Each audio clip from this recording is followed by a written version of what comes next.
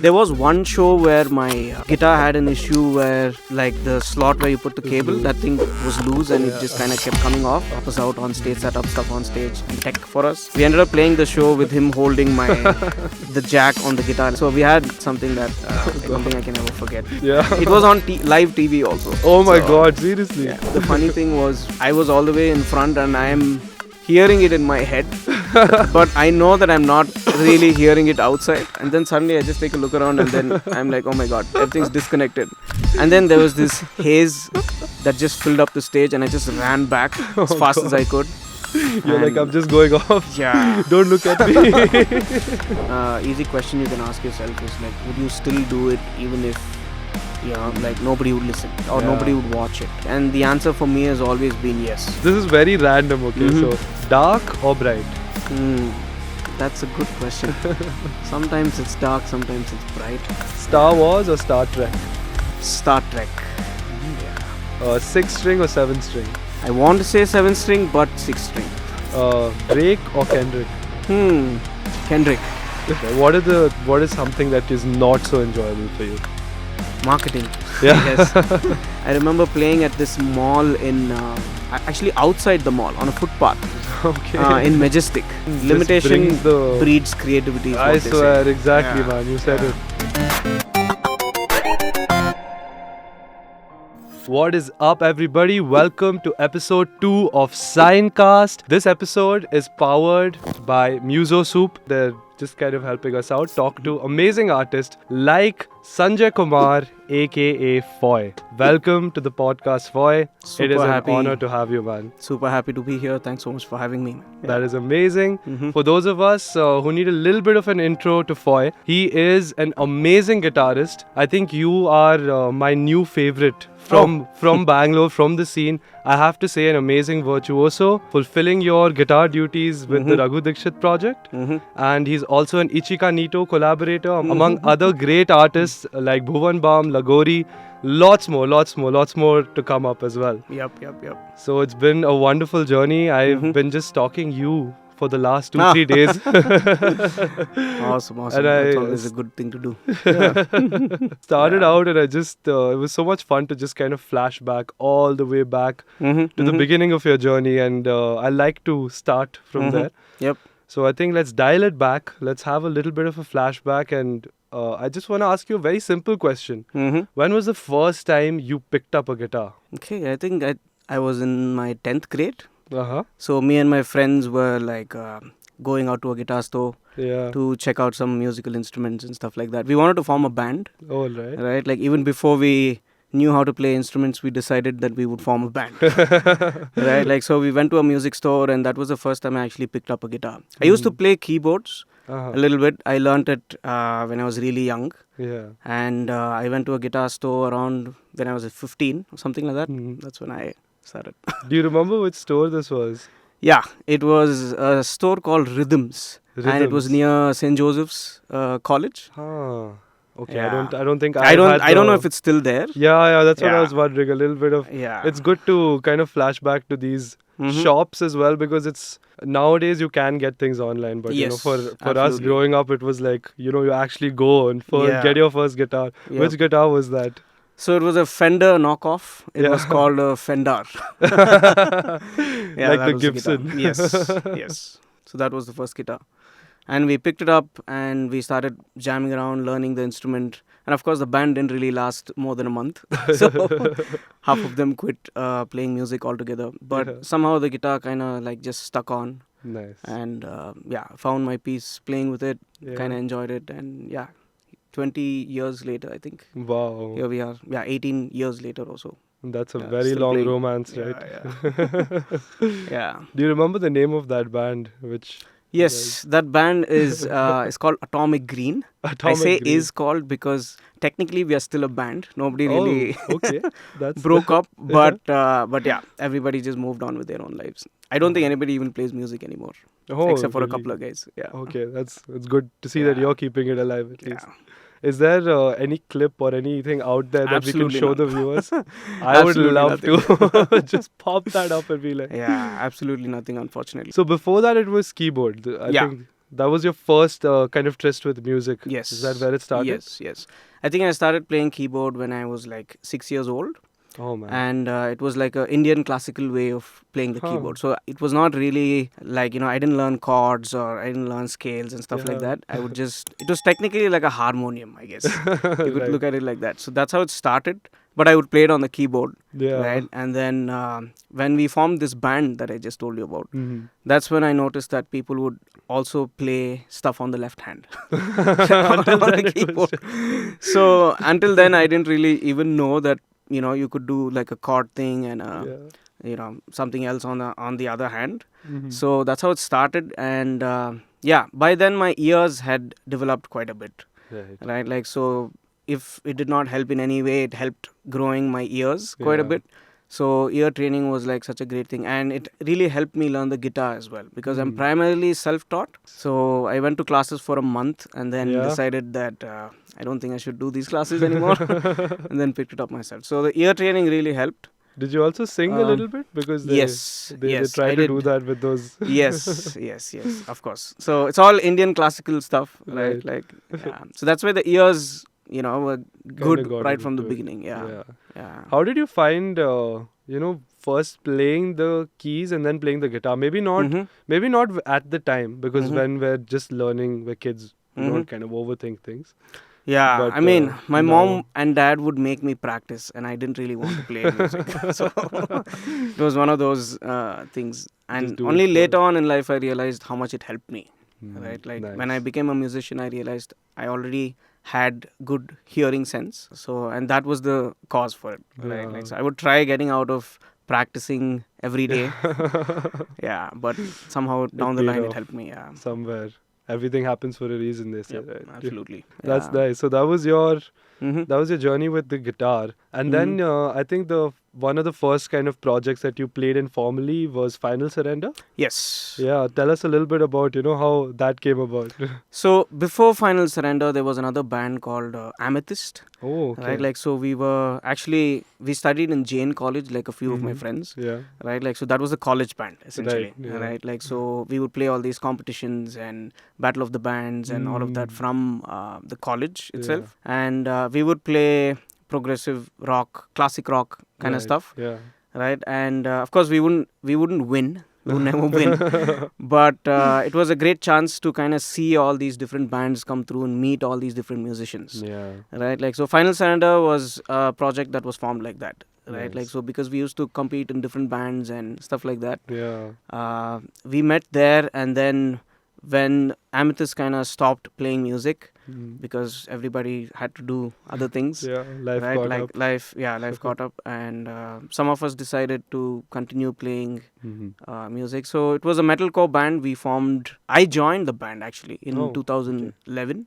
Yeah. Until then, our drummer Jared Mm. and singer Joseph Yeah. was kind of already doing the band as a two-piece studio project. Wow. Okay. Right, in 2011, I joined the band as a guitar player, and we started doing a lot of songs, a lot of recording, Yeah. a lot of playing shows, a lot of traveling. Yeah, it all started there. Yeah. Nice. That's Yeah. really fun. That was like a Yeah. little intro to that world of rock and roll, Absolutely. to the world of music, playing Absolutely. shows. Yeah. And it was the first time I was in like a screaming metal band. Yeah. Right, like, so that was kind of new to me and also very exciting to me, because I always wanted to be playing music like that, Yeah. right? Like, so it kind of vibes with me quite a bit. Nice. So, What was yeah. what was your introduction to metal actually? I think that would be what I are mean, the first kind classic 2000s playlists, right? Yeah. Like, so I grew up listening to Linkin Park and of Limp Bizkit and Oh, man. Deftones and all these different bands, and that's how it started. Iron Maiden, Metallica, right?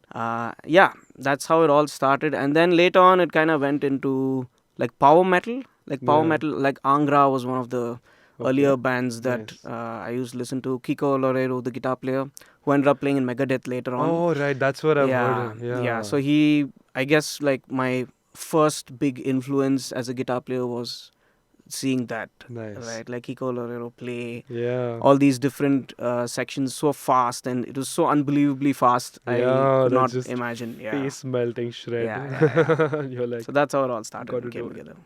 Yeah. What is I think you've played a lot of shows right over the years. I think just moving away even from your formative years. Yeah. Just playing live, what Mhm. has been one show that has been kind of your fondest memory or on stage, you know? That's a tough one. Yeah? I get asked this question quite a few We times. can do but like top 2 or 3 if you have yeah, if you have to. I don't really remember, to be honest. I do. There was one show where my guitar had an issue where Oh, the jack, like the slot where you put the Was cable, that loose. thing was loose and Yeah. it just kind of kept coming off. oh man. And it was with Final Surrender, right? Like, so we had a friend who would also kind of come and help us out on stage, set up stuff on stage and tech for us, Yeah. right? Like, so the whole show, we ended up playing the show with him holding the jack on the guitar like that. So that's something that I don't think I can ever forget. Yeah. Can't rock out at all. You're just Yeah, stuck in and I that still one did all place. my moves. I still Yeah. was jumping around and doing all that, and he Oh, was man. like, keeping up with everything I was doing. So that was something that I don't think I'll ever forget. Very cool, like you said, that it was something challenging, these Yeah. moments that Yeah, it happens all the time. I mean, Yeah. like even now, so many shows in, there are still things that go wrong there's all the time. always There's always something that happens, but yeah, now it's kind of normal because that that's normal, right? Like you kind of yeah. get used to Yeah, that and and playing also with that. having spoken to so many people who also do this professionally Yeah. and travel, and you notice how these things happen to everyone, right? Yeah, Like so that's fine. Knowing that kind of gives me a sense of peace, Nice. That you and can't that make it I don't have to be like absolutely perfect. Yeah. Yeah. Right. I think I saw this one clip of Mm-hmm. I think it was Zakir Hussain, Ustad Zakir Hussain, I'm not sure. Mm-hmm. He is like shredding on the tabla, right? Mhm. And the mics they're Mhm. falling over. I don't know if you've Yeah, seen yeah, this of clip. course. And he's just holding it with one hand and he's giving an expression and he's like, Yeah. kuch nahi hota. And he's just like, he's going at it. Like the Yeah. music doesn't stop. You just kind of find your way Uncomfortable. around it after a while. Yeah. Yeah. As a guitar player, like the cable might come off. Yeah. Like you get too excited and like go all the way in the front to play your It's solo like- or whatever, and then like all of a sudden the cable's kind of like off That's your one of those- processor. Has that happened to That's you? happened also. Oh, Yeah, God. that could be another show I'll never forget. Yeah. Where was this? This was I don't know if I can say it, but yeah, it happened. It's happened a couple of times. Yeah. And it was on live TV also. Oh my So, God, seriously. yeah. Too The funny curious. thing is, I'll tell you, the funny thing was, I was all the way in front and I am hearing it in my head, but I know that I'm not really hearing it outside. Yeah. And then suddenly I just take a look around and then I'm like, oh my God, everything's disconnected. And then there was this haze that just filled up the stage and I just ran back as Oh, fast God. as I could. You're like, And- I'm just going off. Yeah. Don't look at me. Yeah, stuff like that's happened quite a bit. That's so cool. Yeah. What's really interesting to me is that like it was going in your head for Yeah. because you didn't care that the monitor would have switched off Yeah. or was physically not coming through. That's It's- probably an advantage of coming Yeah. from, playing metal. you Right, don't and, know and, how and back in the day of actual wedges and monitors in front and amps and stuff like that. Yeah. Like nowadays we are fully on in-ears. Like Right. I don't even remember the last time I had an amp on stage or yeah.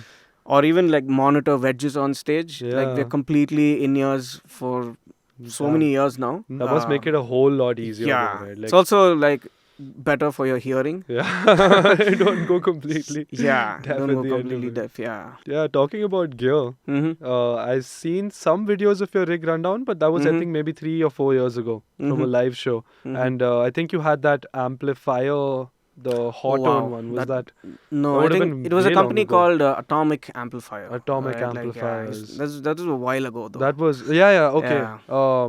Sorry. After that was the quad cortex that you've been. No, I think has I it been your- had a Kemper, and then I had the Kemper phase lasted for quite a while. So Yeah. at least like 2-3 years of traveling around the world with the Kemper. Wow. Okay. So that was there, and then for a very brief period I had a Axe FM3, oh wow. Okay. right? And then I had less buttons on the Axe, so I needed something bigger. So, and then I switched to quad cortex, and Nice. I've been kind of on it since. Yeah. Ever since. I think you're one Yeah. of the very few like Indian Mhm. guitarists who have actually seen use a Kemper. So I Right. actually wanted to ask you about how Right, that right. experience was, and Ah, as in like how good are the tones, and especially because you mentioned you traveled with it. Mm-hmm, mm-hmm. Was that something you? Yeah, I mean, like, one of the things that we used to always have issues with is, like, say you're using an amp and sometimes the amp you want is not really there, right? Like the vendor doesn't have the amp, or like, something else ends up coming up and we don't really know if they've maintained the amp, right? Like, so you go there and then you plug everything in and then something like halfway through, like it stops working or it doesn't sound the way it's supposed to. So we had a lot of issues like that back in the day, right? Like, so moving to like a digital rig kind of made more sense because we knew that it would be consistent, right? Like this includes like very specifically having like a XLR output on and avoiding any kind of DI boxes on stage also, because that's another thing that could go wrong. Like as you keep playing, you realize all the stuff that could go wrong, right? And you kind of keep eliminating those as time goes by, right? Like, so moving to a Kemper meant that you could just leave that on, set your tones, set and forget. It's going to sound the same pretty much everywhere. That's awesome. And the sound engineers outside needn't mess with it. Yeah, you have also it directly from the source. Yeah. That's always like the best way to kind of do it. Right? Like at least if you want a consistent sound and that it's going to work all the time. Yeah, so Kemper was great. The only problem was that it was not a Kemper floor unit. I had the Kemper, I think it was called a toaster. Okay, yeah. Right, like, so the one that looked like a toaster. Yeah, it looked cool, but I needed another foot controller to change patches and stuff like that. So it was a very heavy rig, kind of rig, right? Like, so I had to carry that as well as another foot controller thing, and it was a pain to kind of like set up and do all of that stuff.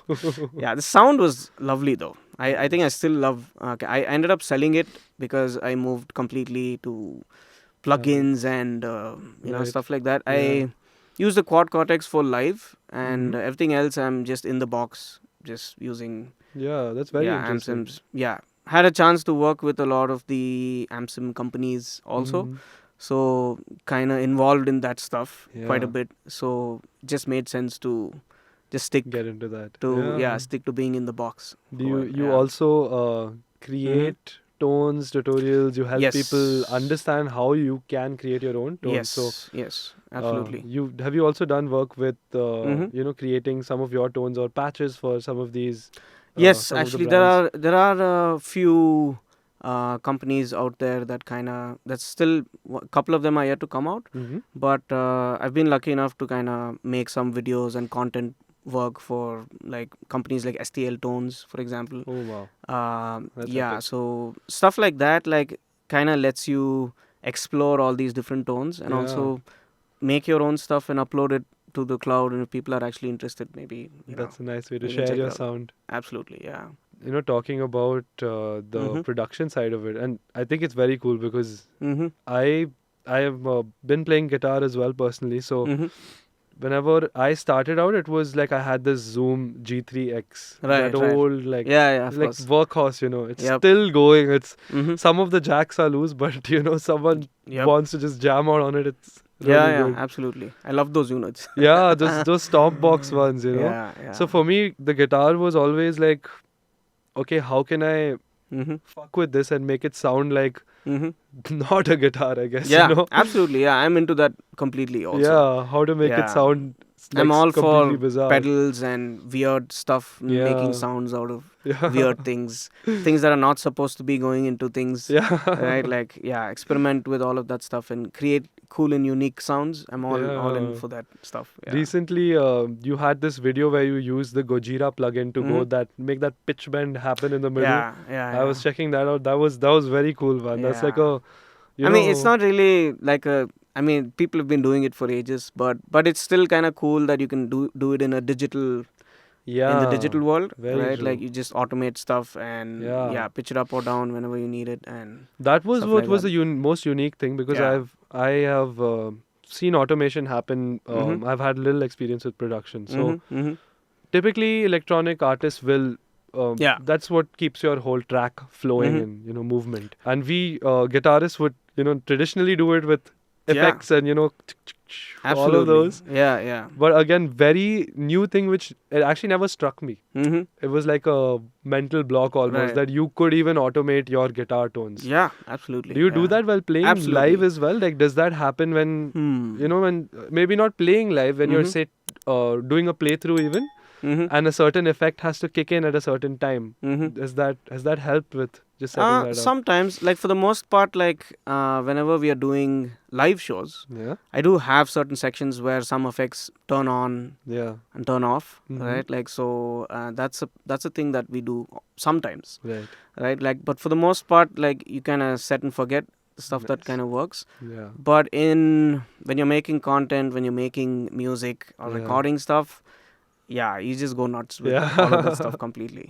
And I'm all in for stuff like that because I feel like you can add so much of dynamics and movement to your music, not just traditionally by using different effect pedals or something like that. You can even create a lot of movement and stuff like that by automating stuff on and off, like moving stuff. So it doesn't only have to be like you play soft, you play hard, stuff like that kind of dynamic control. You can create movement doing so many things, right? Like so stuff like that really can help. Like pitch bending stuff is cool, right? Like kind of makes it sound interesting and unique. And you found a new way to do that, right? That was very cool. I mean, for me at least. I mean, even for me, watching it as a guitarist, it really opened up something like, okay, that's something cool. Because I love to produce on Ableton, but like I said, I've never thought about running that. How did you start getting into music production as well? Was that so I always loved recording music. I think it started in 2011, if I'm not mistaken. 2011, like when Final Surrender was when we were recording stuff, so it was something that would anyway happen. Like we would be recording it all the time. So I wanted to carry that back home and continue doing my recording sessions as well. So I learned, I self-taught again, like, experimenting with things, learning a lot of stuff. Terrible at it for a very long time, right? Like didn't really understand what I was doing like for the longest time. I think I'm still kind of finding my way around it. But it's a great rewarding thing to keep making stuff and experimenting and discovering things and doing that. So that's how I got into recording. And also I guess because of the sheer volume of music that I write, I couldn't afford to like keep giving it to somebody else to mix music and master music and stuff like that. So I kind of just learned how to do everything myself over the many years, right? Like, so that's why I have so many songs. You can literally hear the progression of how the production is kind of improved from 2012. Definitely. But dare I say, even the earliest of the songs that you have, and even the etudes on your YouTube channel, all of that, I think the production sounds really good. Thank you. It's very clean, and it's, I mean, the guitar tone is like, it's hitting you right where it should be. That's again the Kemper, I guess. I think that was the Kemper series. But again, bringing it into the mix and creating that. What's your hack for making good drums? Because I think I had tried programming drums for say like a progressive metal or a rock track, and I think that I found to be the most difficult part of the programming. I think that drums is like the most important thing in the mix. Right, like the drums can really kind of like make or break, especially in music like this. You can have the greatest guitar tone, but if the drum tones are not really good, it's not gonna like stack up, right? Like, so I mean, playing with good drummers, I've been very lucky to be playing with the best drummers in the city, right? Like, so all the bands that I've been a part of, like all the drummers that I've played, I can easily say that they are the best drummers in the city. And listening to them play, right, like, so I kind of understand how drums are supposed to sound like, right? Like, so if you're only a guitar player and you're just clicking stuff and hoping for stuff to sound good, you might not program stuff correctly also, right? Like, for example, sometimes you might end up, like maybe there are not enough limbs to play play the parts, but you end up clicking stuff anyway, right? Like, and I have done that also in the past, right? Like, you're still learning all the time. But it was not until I also kind of started playing a little bit of drums. I mean, I'm not really a great drummer or anything, but I can find my way around it and I understand how it all works. And if I'm able to actually imagine that, it's possible to play, then taking it to the computer and programming that stuff out makes a lot more sense. Like, it would kind of be more realistic sounding, first of all. And of course, how loud or how soft you hit all of that stuff. Like, for example, you can program it to be really loud.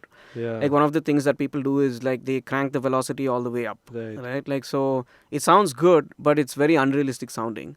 And that's a sound that's fine too. Like, many people talk about how programmed drums need to sound natural or stuff like that. But if you listen to like any of the bands that are making music in 2024, 2025, they don't sound realistic at all, right? They're pushing the boundaries. They're pushing the boundaries, and it's now more of a production thing, I guess. Like, that sound is more of a production sound. It's not really like, I don't think people are going for organic sounding we have drums. to sound like an acoustic drum kit. That's I don't not think people are doing that, happening. which I guess is nice, because you can just be creative and do whatever you want these very days. True. Right? Like, and it's also because programming drums has been around for a few years now, and it sounds good.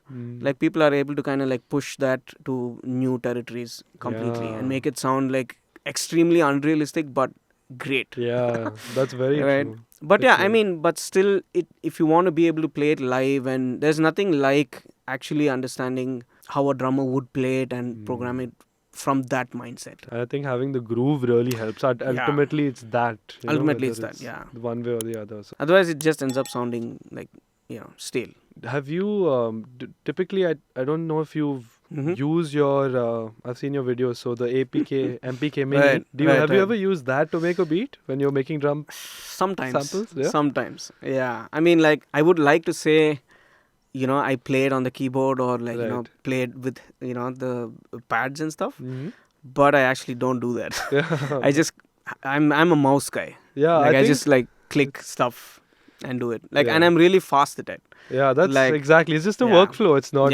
That's what ultimately it's the result, which, like you said, if it's possible and realistic, it's gonna be fun. Yes. And if it grooves, it works. Absolutely. That's the main thing. Because people ask me, why do you like not play it on the keyboard? I mean, that's very tough. First of all, I mean, the only reason why I asked you is because I've tried it and I don't think I've ever seen any finger drummer, like professional finger drummers. I've not seen them do super prog stuff. Okay, maybe one or two who come close to maybe doing a playthrough of I don't know, Porcupine Tree. I know a few of them, but I still feel like I mean, it's faster if I just click it myself. Moving on, I wanted to check with you about how you started teaching, because I think that's been a whole journey in itself, right? I checked out. I got a chance to check out your old school. Yes. Let's Make Some Music. Yes. Very fun stuff. Thank you. And again, some epic videos of you chilling in some like OG Bangalore spots. You can see that culvert and there's a guitar. You've really done your research. Yeah, I told you it was like a rabbit hole for me, so I couldn't stop. Yeah, tell me about how it started and how it's been. So I think it's been I guess 15 years now. Wow. Since I've been teaching. 13, 14 years I think. It's been 14 years since I've been teaching. Ever since I finished my college. I was teaching. I started teaching because I needed pocket money, right? Like, that's how it started. Best thing. And then I realized very quickly that I actually really enjoy teaching, right? Like, and I also really noticed that the way I teach is kind of very different from like the usual stuff that you kind of learn. And people seem to enjoy it. Like, the students seem to really like the method and the approach to learning music. And because I play live often and record music and all of that, like, I kind of bring all of that experience into the teaching stuff, right? Like, so I think that kind of helped even shaping me as a teacher. Nice. Right? Like, so that kind of showed up in all the possible things that I do. And that's how it started. And I was working at Nathaniel School of Music initially. Yes. Right? Like, for a very long time. And that's also where I met my wife. Right? Like, wonderful. and we ended up forming a music school like on our own, and that's Let's Make Some Music, basically. That's wonderful. And it was a physical school. Like, we had an actual place. Yeah. And we would do lessons there, and it was in Indranagar for a very long time. Yeah. Right, and then when COVID happened, we couldn't kind of keep up with the The stuff whole, anyway, Yeah. and it was too expensive, and so we just decided to stop Mhm. offline classes Yeah. completely and just moved online. We thought initially it would just be like for the time period of the Just the COVID. until the COVID thing was past. Yeah. But we kind of ended up really liking not having to travel in Bangalore traffic. Brave all the challenges of the road. Yeah, I was like, nothing was worth that anymore Yeah, for me. man. So we said, okay, let's go all in on just trying this online thing out. Yeah. And it made a lot of sense at that time, and it still kind of makes sense. Yeah. And there are a lot of students all over the world now That's who nice. still continue to learn Yeah. from us, and we've been making great progress since. And it's also interesting for us because we kind of meet people from different parts of the world Yeah, that must be for very these cool. classes, and they all have the same Yeah. problems Really? musically, and we all kind of have the same journey, Wow. right? Like, so that's kind of cool to know Yeah. as well, right? Like, so when you're learning music, it's not like somebody who lives in the States is having it easier, or Yeah. something like that. Like, it's the same journey for all of them. Yeah. So yeah, knowing all of that kind of makes you like think about music differently also. Yeah, that's really Yeah. nice, man. Sharing the joy of music, I think, is one of the most wonderful things that any Absolutely. musician could do. Absolutely, yeah. Yeah. And also, I guess over the years, I've also started teaching so many different things, Yeah. like things that I am genuinely like stoked about. Yeah. Like, for example, music production, Mm. mixing, Yeah. right? Like, stuff like that has also kind of made its way into my teaching stuff, That's right? Like, so really it's not guitar, guitar. stuff anymore. Yeah. It's more of all the things that I'm interested in, Yeah. and I get to share that like knowledge with all of them, right? That's Like, so and the cool. way the world is going right now, the direction in which guitar players are learning stuff and Yeah. everything, it's just online now, Yeah. and just only makes sense to capitalize on that. I really want to ask you about how Mhm. you've met your wife. If I Mhm. would love to know the story. It sounds so sweet that you guys kind of met through music, I'm guessing. Yeah, And yeah. then you decided to create this beautiful space where you're, getting other people Mhm. in touch with their musical side. That just sounds so cute, man. It's a wonderful romantic story. I'd love to hear it. Thank you. Yeah, I mean, like, she's a classical pianist, Yeah. right? Like, so she was a piano teacher, Hmm. and I was a guitar teacher.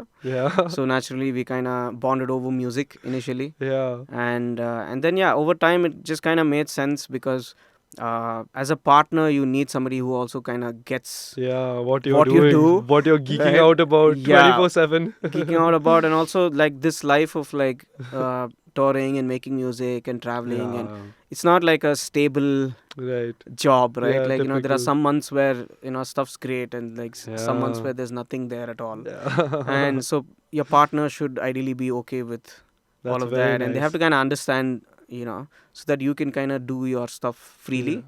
And very lucky to have found somebody who also kind of thinks That's the so same sweet. way. How did you guys meet? I know you're downplaying it. Tell I me, mean- like, what was it? Did you guys like lock eyes? Were you like playing? Actually, and we were friends for like a couple of years. Oh, that's so right? sweet. Like, yeah. so and I think there was a show that we played, Mhm. and I think that's kind of when we hit it off. Yeah. I guess it kind of made Suddenly all the something sense. just- something yeah. just clicked, and like, why aren't we doing this again? Like, it was something like that. Yeah. That's so sweet, man. It's like It's been a while now. It's been so many years since like that, and that was a good time to kind of also understand how things would work Yeah. as a career, right. right? Like, we are both kind of like like figuring out our careers, and like Yeah. forming this school at that time kind of also was the right choice career That's wise. so beautiful, man. Yeah. They say don't mix friends and business, but I think if Yeah. you do it right, and if Yeah.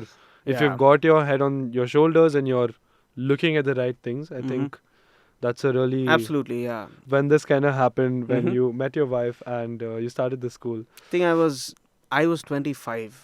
I'm 34 now, so Yeah. I was That's 25, very yeah. impressive. I don't think a lot of 25-year-olds would. Yeah. Have you always been like kind of Mhm. driven, I want to say, or you kind of focused on your Unfortunately, thing? yeah. Yes.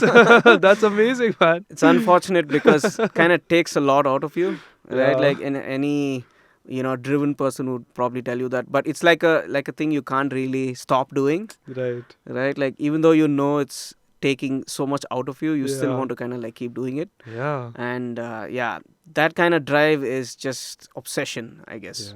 Yeah, and I've been obsessed with producing music, making music, playing guitar, Yeah. doing all these things since like I was very young. So That's awesome. And I Yeah. think it's like we said, it all happens for a reason. So it's, absolutely, yeah. I mean, the journey that you've come on so far hmm and everything that you have lined up ahead of you, I think it's so great. I mean, I'm serious that Yeah. you are able to push yourself.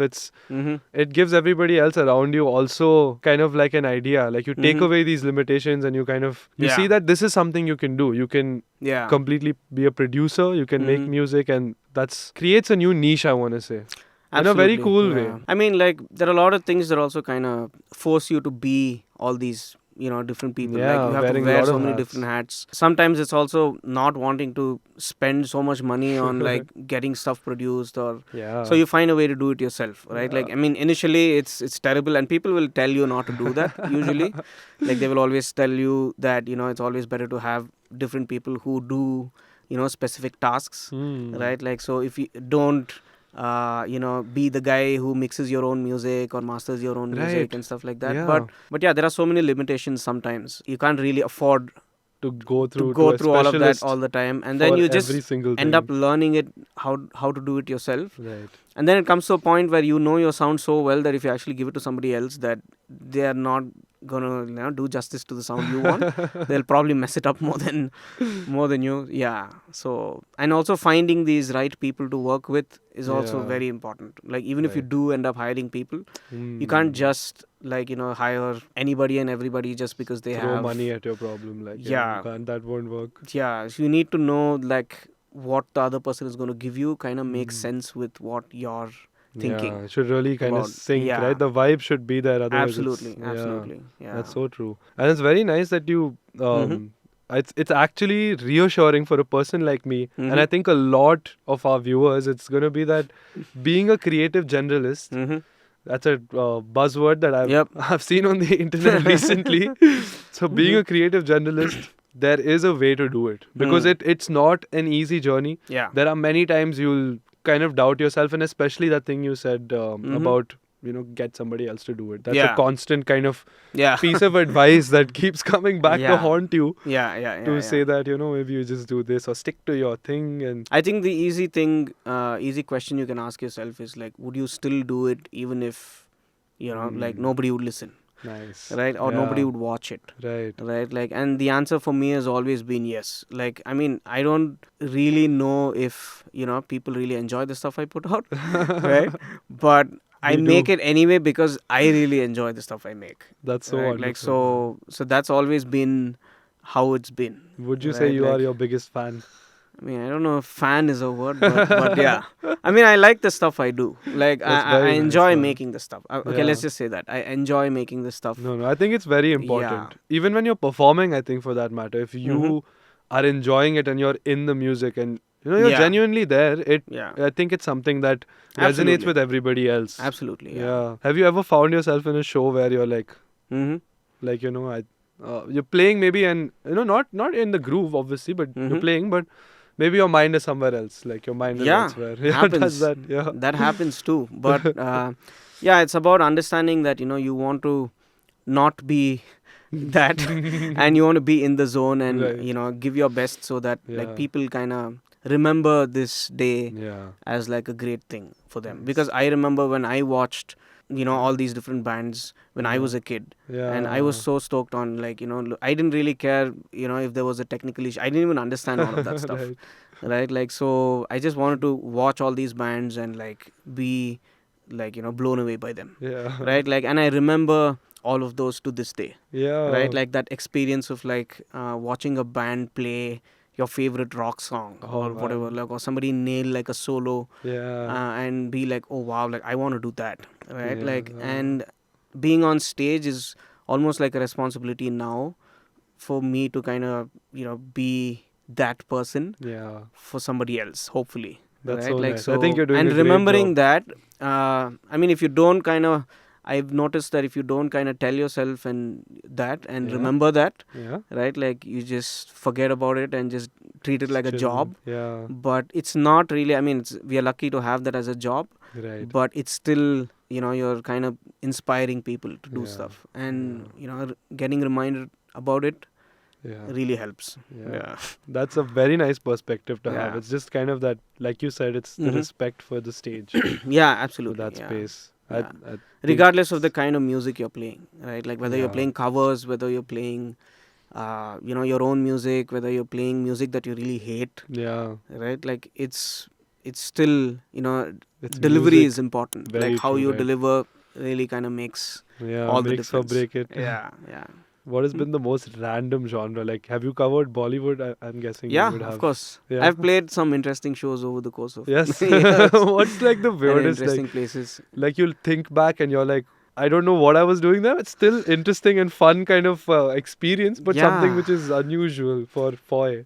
Yeah, I mean, not for. I think Foy. I mean, safe to say that Foy is kind of only played like a few live shows. Right. It's kind of mainly been like just studio project for the most part. But yeah, we did play like a few nice live shows. I would Yeah. say that, and I still want to do it live. It's just that there's so many other things going on. Yeah. There's always stuff. It's difficult to kind of make people come together and Yeah. make stuff happen. I remember playing at this mall in actually outside the mall on a footpath. Okay. In Majestic. In Majestic. Yeah, so there was Nice. like it was the opening of a mall or something like that, and Yeah. then somebody wanted a band to play, and it was with my college band at the time, right? Amethyst. Like Amethyst. Yeah, Yeah. so we kind of ended up playing like a made up set list of like so many different songs that I've never probably ever heard of or would never ever listen to. Yeah, so we What ended was up it doing like? that. Was it like local numbers? Was it Yeah, everything, just like Hindi songs? everything. Like there was Kannada stuff, there was Hindi stuff, there was English, right? Like there was this instrumental stuff to fill up time, right? Because they Yeah. had asked us to play for like like I think 2 hours or something like that, and Right. we were not having that much of material to Yeah, play. yeah, we've all So been we there. repeated the songs, played really long solos and Nice. just fill up stuff like that. Yeah, very weird, but yeah, you got to do all that stuff sometimes. Yeah, Oh, you really do. yeah, I think it's only in retrospect that you yeah. think it's just an experience, Yeah. You definitely gain something from it over the Absolutely. years, no? Like, Absolutely, yeah. I mean, I've done a few of those actually. Nice. Like we've done like this playing in the footpath thing and yeah. playing in the mall. Yeah. I mean, now playing in malls are different. It's Like a it very kind different of, scene. it's more like a venue now. Like all these Oh, yeah, malls, that's true. some of them at least. Yeah, yeah. VR Right? Mall keeps on. Yeah, like there's this that's like a Phoenix legit Market like City. venue kind of Yeah. thing. But back in the day, it used to be inside a mall where like people are just kind of like Chilling, getting chilling and some walking around McDonald's. and yeah, not really. Nobody's kind of listening to you. It also kind of makes you feel nice in a way because Yeah, you're you can like, screw okay, up and it's fine. That safe space allows you to be just Yeah, fun times. yeah. Just a little bit of a fun segment. Mm-hmm. I'm gonna give you just like Mm-hmm. 2 choices. Gonna be random words. Okay. It'll be like tea or coffee, Mm-hmm. and just choose. You can have a reason behind your choice, and Mhm. you can tell us. Okay. Or if it's just like whatever speaks to you in the moment, that's completely Sure. fine as well. This is very random, okay? Mhm. So, dark or bright? That's a good question. Sometimes it's dark, sometimes it's bright. These days, I think I'm leaning more towards bright. Summer's coming around. Yeah. I'm thinking about mixes when you say that. So. Bazooki or acoustic guitar? Bazooki. Yeah? Yeah. Any reason? Because I'm playing that on stage all the time. So, Star Yeah. Wars or Star Trek? Star Trek. Mhm. Yeah. Pepsi or Thumbs Up? Neither. Chai Mhm. or coffee? Coffee, of course. Yeah. Nice. 6 string or 7 string? I want to say 7 string, but 6 string. Yeah.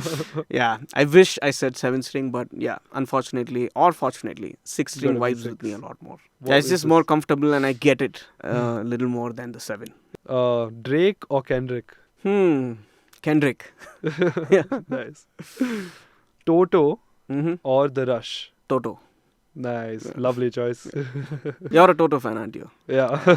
I love them both, but Right. there are just like there's such a hidden side of Toto, which Yeah. is just they're actually crazy. They're like Yep, mad prog. I love the legends. music, yeah. And, I Yeah. mean, I love Rush too. Yeah, but, same. But yeah, I would say Toto just because there's also like, interesting guitar stuff, I guess. Yeah, I there's don't so know. much texture. That's awesome. Yeah, Great yeah, choice. man, yeah. Quantity or quality? Quality. Intuition or controlled expression? Intuition. Nice. Last one, Dorian or harmonic minor?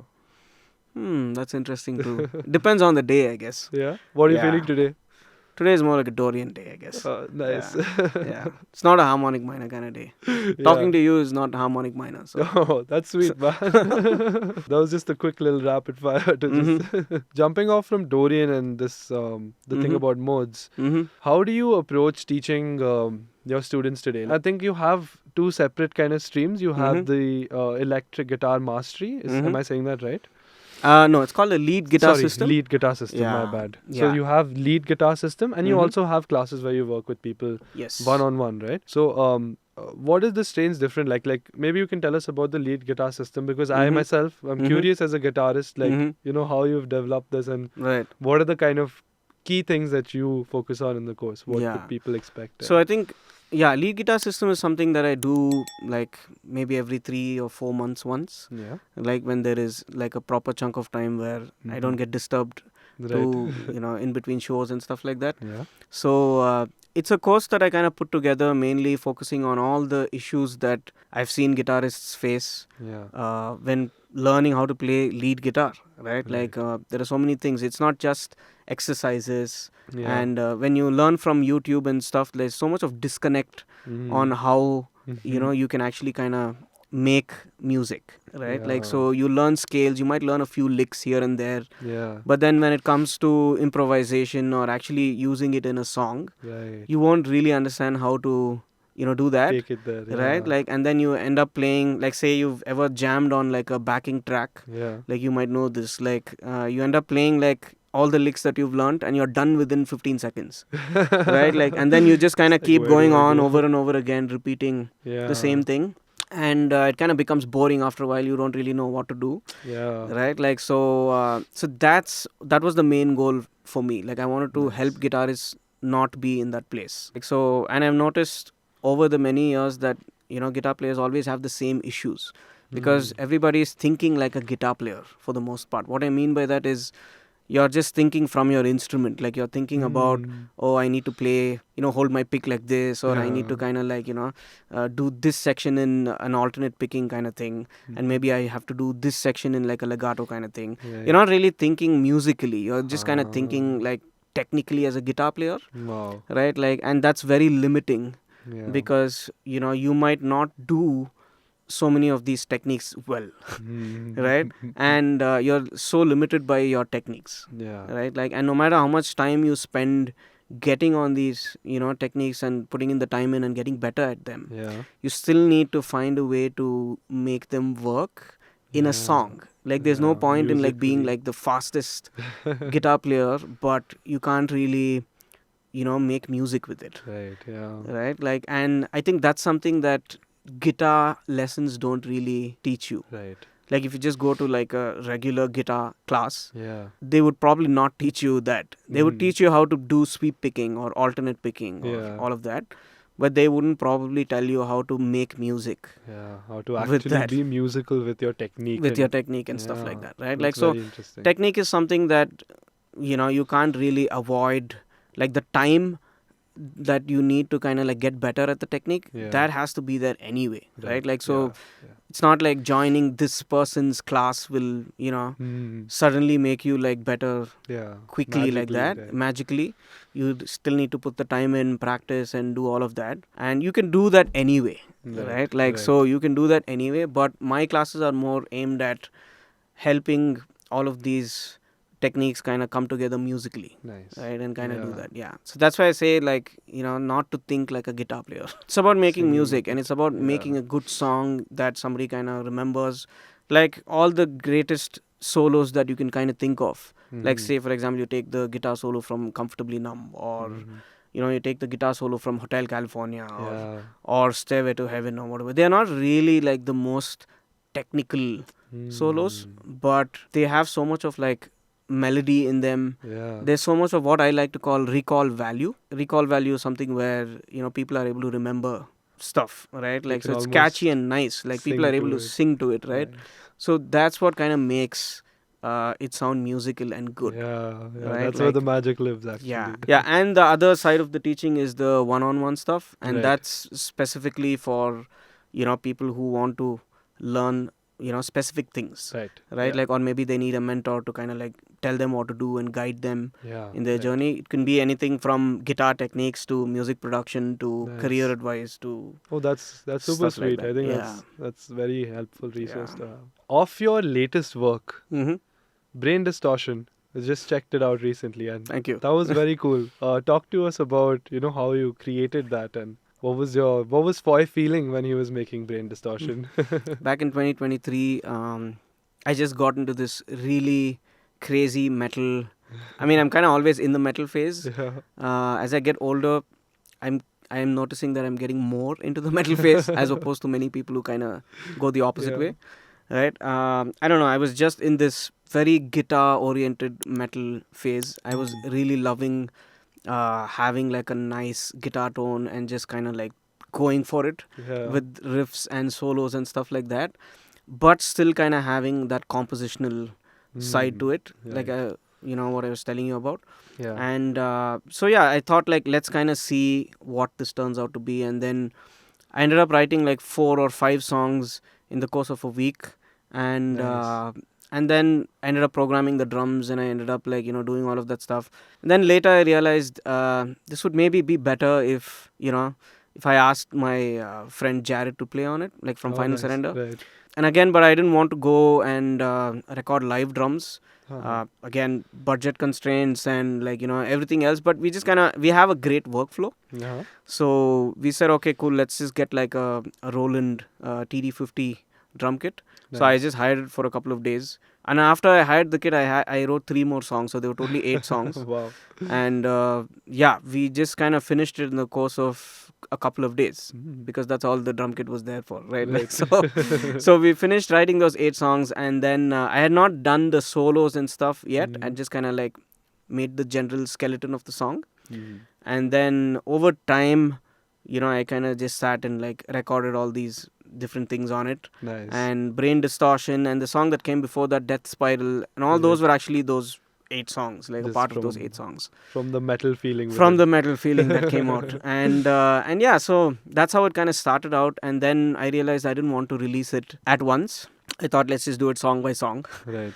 So But, so yeah, I got different people involved in like some mixing stuff, and like I just wanted to kind of go all out with working with different friends. Yeah, that's On it. very fun. So yeah, that's kind of how it ended up like turning out. That's Yeah. so cool, man. What is your process like? Do you find an interesting sound, or Mhm. do you find yourself writing from, say, a mood or like a certain, any kind of external stimulus, maybe?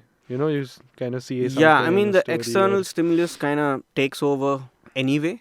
Uh-huh. Right? Yeah. So, and I kind of like the sounds that I have an idea of what things should sound like, and it kind of always ends up going there anyway, Wow, that's right? Like so, That's cool. so even if I'm feeling happy, like Brain Distortion was a song I wrote when I was very happy. yeah. So, right, it kind of sounds like very heavy and depressed sounding, but it's actually No, I think it's Yeah. it's energetic.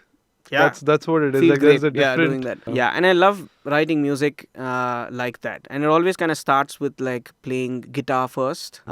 Sometimes, Yeah. right? Like I mean, like many times it's also like drum-oriented stuff first, or Right. I'll have like a different idea for like a composition. Like Ah. I might watch a movie and feel maybe I have to write the song backwards. Like what I mean by that Whoa. is like structurally, I might not want to have a verse chorus, an intro verse chorus kind of thing. I would Right. maybe want to have the song playing like from the chorus first, and then Okay. kind of go backwards structurally speaking. Damn, that's very. It's like cool. a flashback movie of sorts. Oh, Right, like so stuff nice. like that Yeah. gives me a lot of ideas, and I love watching all these horror movies and Yeah, nice. like crime thrillers and stuff like that. So that kind of gives me a different perspective on how to tell the story. Right. Right, like so. That's very cool.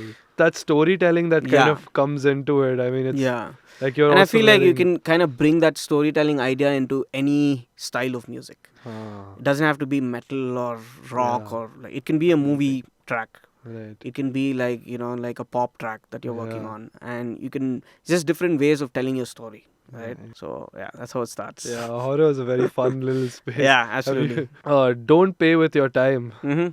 I watched that and I think that was one of my favorite things that I Right. saw. Right. Are we going to see more of that? Yes, Yeah? actually, yes, yeah. First of all, I live in an apartment, so I can't really kind of like go for it with the screaming and the singing. Yeah. But yeah, I kind of like did up my place just a little bit, enough for Nice. nobody to kind of notice that I'm shouting in a room, right? Like And be so, alarmed.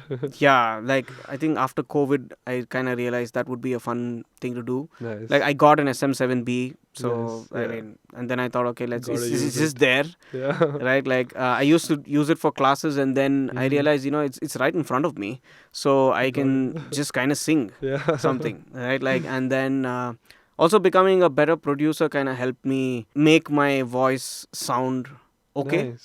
I was Yeah. never really okay with like Yeah. I don't think You anybody. hear your voice and you're like cringe. Yeah, I'm like, oh my Cringe. god, this sounds Spam. like terrible. But it came to a point where I showed it to people around me that I really trust, and they said, yeah, I mean, it doesn't really sound like not a singer singing. Right, It that's kind of so cool. sounds fine. Yeah. So, and then I was like, okay, I mean, this gives me like a whole new, dimension to write songs, Yeah. right? Like, I don't have to only be the guy who plays guitar solos, right? Like, so I can kind of bring my singing thing into it. I also scream, Yeah. so I kind of start doing all of that. No, that was very Uh, cool. I think yeah. that Don't Pay With Your Time had a vibe which is like, it's like bulls on parade, but speaking through Mm-hmm. like, I don't know, metalcore would not Bullet for My Valentine, but Yeah, I mean, it's a like it's course in of that so many territory. things. Yeah, Yeah. it's a blend of it, but Yeah. I think it sounded very cool, and Thank you. I think we're all waiting to see if we get more of that. Yeah, I Fingers think the crossed. next, I mean, this year, the goal is to, I mean, not the goal, it's already kind of like set. In the works. Like every, it's already done actually. Oh yeah. Like every month there's going to be a song that's going to come out, All of it. right? Like, so, yeah, and most of these songs have me singing on them. Oh, So that's awesome. a little nervous about that too, because I don't, it's the sound is kind of changing a little bit. Yeah. Right, like it's not the 2017 Foy sound that Yeah. if you ever followed Foy, like the sound of. Yeah. It's not going to be that anymore for the most part, but I mean it's still me and it still kind of sounds like me. Yeah, I'm kind of enjoying my screaming voice for a change. Yeah, also. it is very nice. I never It's very really knew refreshing. I could do it, Yeah. and I guess because I mean I've always been in a band that Yeah, kind has of does that the screaming total- thing. Yeah. But I never really opened my mouth and tried screaming. When I had we were just stuck at home and I have all the stuff, I just went for it one day and then it kind of sounded okay. And then I watched a couple of videos on how to do it and kind of naturally understand the sound of what I'm going for, Nice. right? Like, and the voice and having good ears, Yeah. like to kind of Comes help back you to guide that also is important, because otherwise you might end up ruining your voice Oh, completely. Yeah, I mean, I'm still not I've never done like a live show Right. screaming. I'm just kind of like screaming in my Hopefully this home year. studio. Even when you said you've set up your apartments and gone through your setups, Mm-hmm. I really appreciated all of the content that I saw. It was very inspirational actually, just to see that Mm-hmm. your frames are beautiful, your audio has always been crisp. Thank you. One Yeah. of the I think one of the first people to like experiment with a GoPro and recording guitars and yeah. doing that back in the day was 10 years ago, I Yeah, think, yeah, right? yeah. That was awesome. Tell us a little bit about how that content side of this journey kind of just came about and Right. how you progressed it, making all those epic setups, and did you just Yeah. something you taught It's yourself? kind of, again? yeah, I taught myself, and initially it used to kind of be terrible again. Like it used to be, yeah, I mean, it looks okay now. Right. I feel like, I've come to a point where I understand, art, generally speaking, Yeah. a little better than what, Yeah. I used to like a few years ago. So I'm kind of able to tell if something like, is not right or looks good or whatever. And over time, I kind of, got all the equipment and stuff. But it was not really the equipment, generally speaking. It's also understanding like how to make it look good or how to make it sound good or, Right. stuff like that. Yeah. And yeah, so I was always experimenting with stuff. I loved making videos and documenting my music, right? Right. Like, so that video element was always there if you go back to 2011, Yeah. I still have videos of me playing guitar like how I'm playing right now. So stuff like that was always interesting to me. Yeah. And over time, I just kind of learned a little more about cameras and lighting and, Nice. doing all of that stuff. Yeah. For a brief time, I was also working as a video editor for a while. Nice. Right? Okay. Like, I mean, I still do You video do you editing for- edit your own videos, Yeah, all of yeah, them? yeah. I make everything all that my you see? stuff, yeah. That's hats off. Yeah, It's really so- really cool. Thank Yeah. you. Yeah.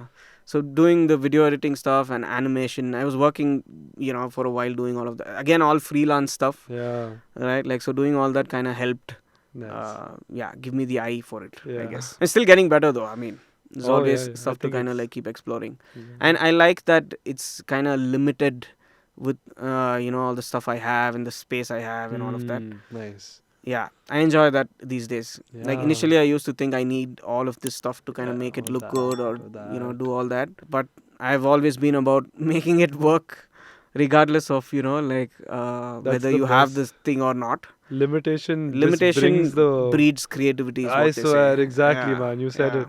You yeah. literally said it. Limitation breeds creativity. Yeah, absolutely. The less interesting side of things. Mm-hmm. What is one thing that, about making music and all the necessary things you need to do to Mm-hmm.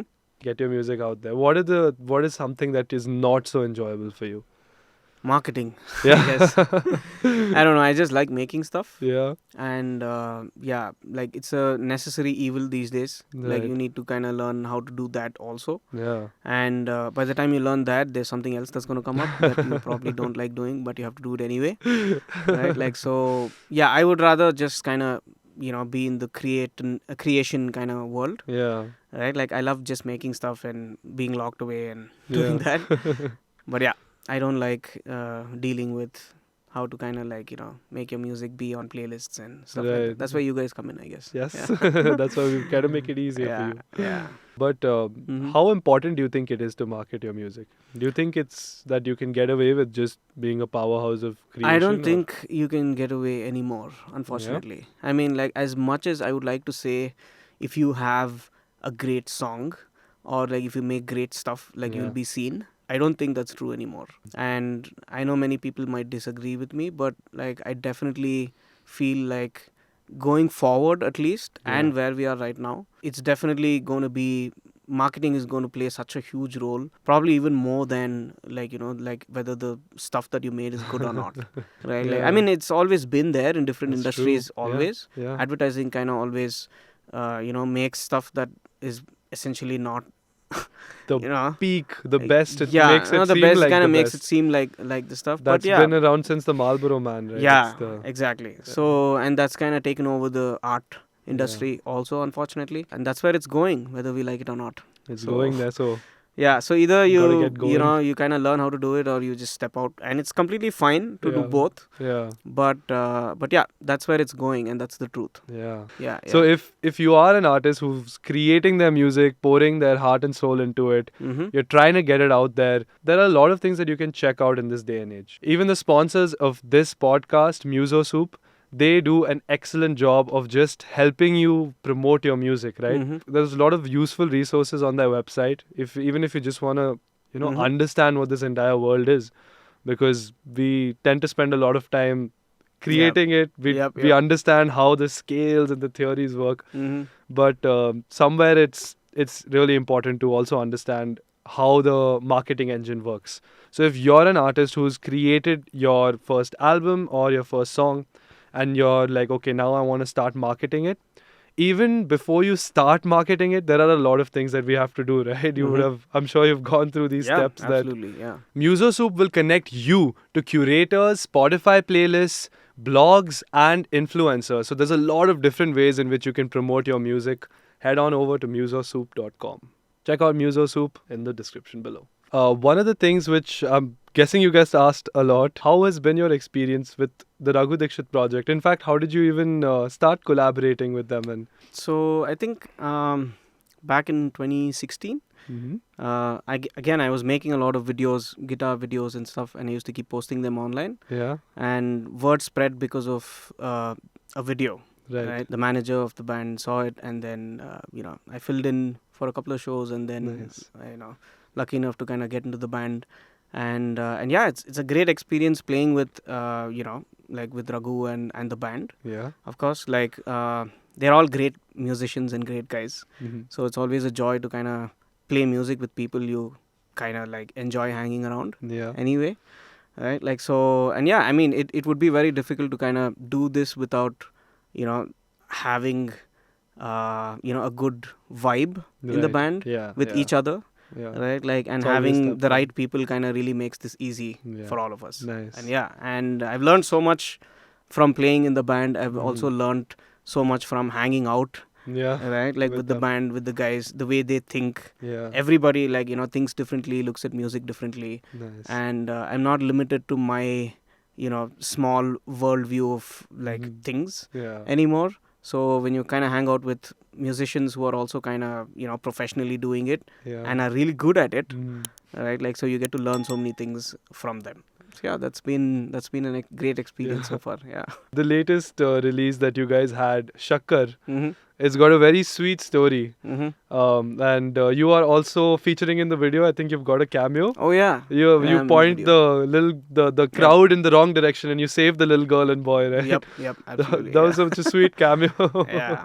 What Yeah. was that project like? Shooting that video and the entire energy of that project. I mean, Raghu is a great visionary, Mhm. right? Like he has the eye for not just music, Mhm. right? Like he's able to see things through completely even before something even starts, Oh wow. right? Like again, that's one of the things that I've learned by Yeah. being in the band is like you're able to see a vision all the way through before it even starts, right? Like an That's idea. crazy. Yeah. Yeah, so he always has great ideas with all of this stuff. It was fun to kind of be there and act in that little scene, I guess. Yeah. And yeah, see how it all kind of like came together and turned out. So pretty great experience. Also, kind of doing something like that, Yeah. being in a video, not just yeah. playing music, Yeah. but just kind of doing a little bit of acting here. and Getting there, a I little guess. acting experience in. Yeah. Are we gonna see Foy in Yeah. some more acting cameos? You never know. You never know. At this point, you never know. One piece of advice to your younger self. My younger self. Yeah. I guess don't be so hard on yourself.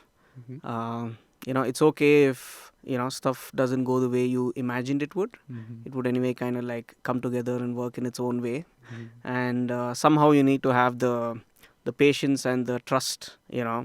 Whether you believe in God or universe or whatever it is. Like you need to trust that it's all gonna work out in the end. Yeah. And I think you need a lot of that, especially when you're kind of doing music or any kind of art. Right, like as a living, Yeah. right? Like, so you need to kind of just trust that it's all going to come It's together gonna and come work together. together. Yeah. And usually your intuition is right. So thank you so Anyway. much, Foy, for coming down and braving the Bangalore traffic and the heat today to Yep. come all the way to this side of town. Yep. It's been a pleasure chatting with you, man. Thank And you so much. Learning Thanks. so much from Thanks you. so much for having me, and really enjoyed doing this. Yeah. That was Signcast episode 2, brought to you by musosoup.com. And if you liked the video, make sure you're subscribing to the channel because we're going to be talking to a lot of awesome artists like this, and we've got a lot of fun things coming up. Until next time, this is Prince Charazad for Sinusoidal Music, signing off.